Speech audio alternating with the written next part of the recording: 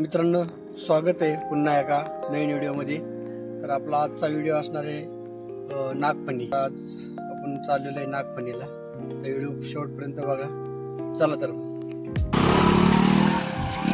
मित्रांनो, हॉटेल कुमारपाशी येऊन पोहोचले. मुंबईकडून येताना उजव्या हाताने आज जायचं आणि पुण्याहून येताना डाव्या हाताने जायचं. तर मित्रांनो, पुण्यापासून 60 किलोमीटर आहे, मुंबईपासून 110 किलोमीटर आहे. कुरोंड्या गावामध्ये पोहोचलेले. तर गाडी इथं पार्किंगला लावलेली आहे आपण, आणि इथून आता खरं ट्रेकला सुरुवात होती. तर चला मग.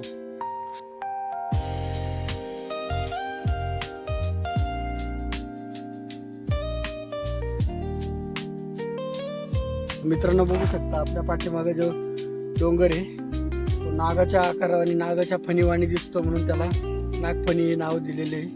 नागफणी म्हणतात. तर आपल्याला त्याच्यावरती जायचं आता. चला मित्रांनो, बघू शकता इथे फलक लावलेला आहे.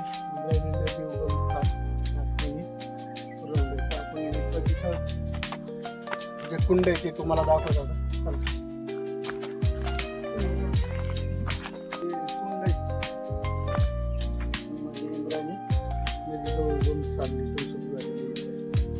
मित्रांनो, ठिकाणी बघू शकता.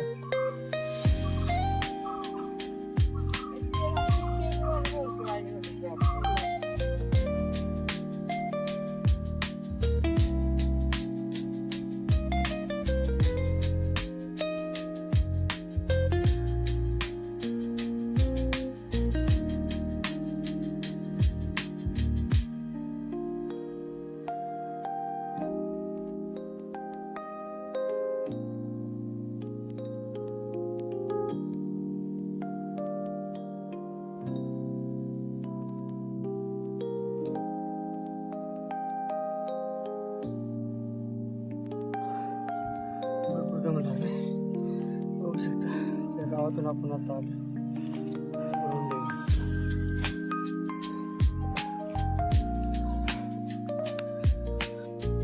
काय आला दगड आणला. लोक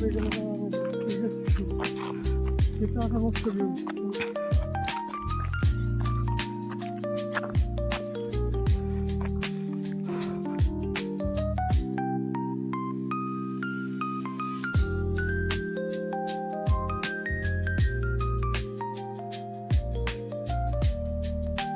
त्यासमोर रशी लावलेली आहे. या रशीने ते तिकडं असं येणार आहे. चला वरती आता जवळच आले आपण.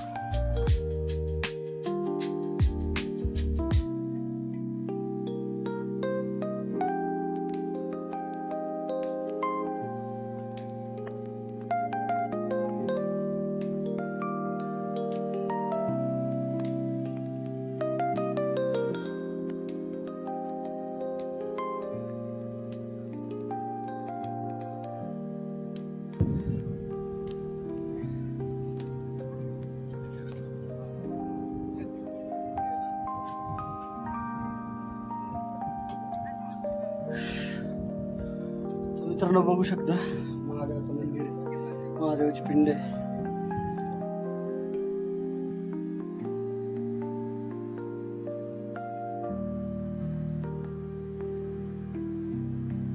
मित्रांनो, बघू शकता आपल्याला हा जो खाली नवीन ब्रिज दिसतोय तो मुंबई पुणे हायवे नवीन शॉर्टकटमध्ये जायचं असेल तर तो आता नवीन अजून काम पूर्ण झालेलं नाही, अजून काम चालू आहे. आणि जो हा एरिया खालचा दिसतोय पलीकडे राजमाची आहे, ते आता धुक्यामध्ये दिसत नाही. आणि हा जो एरिया हा खंडाळ्याचा एरिया आहे आणि तो आपला नॅशनल.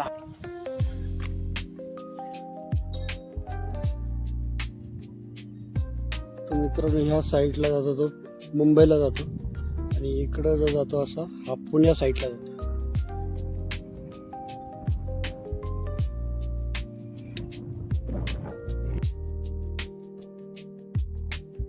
दिसतंय आपल्याला या साईडला धुक्यामध्ये काही दिसत नाही आता. आणि ह्याच ठिकाणी मित्रांनो इंद्रदेवांनी 12 महिने तपस्या केली आणि त्यांच्या जटाईचं ह्या ठिकाणी केल्यामुळं इंद्रायणीचं उगमस्थान खाली. तर मित्रांनो, व्हिडिओ संपण्याची वेळ आलेली आहे.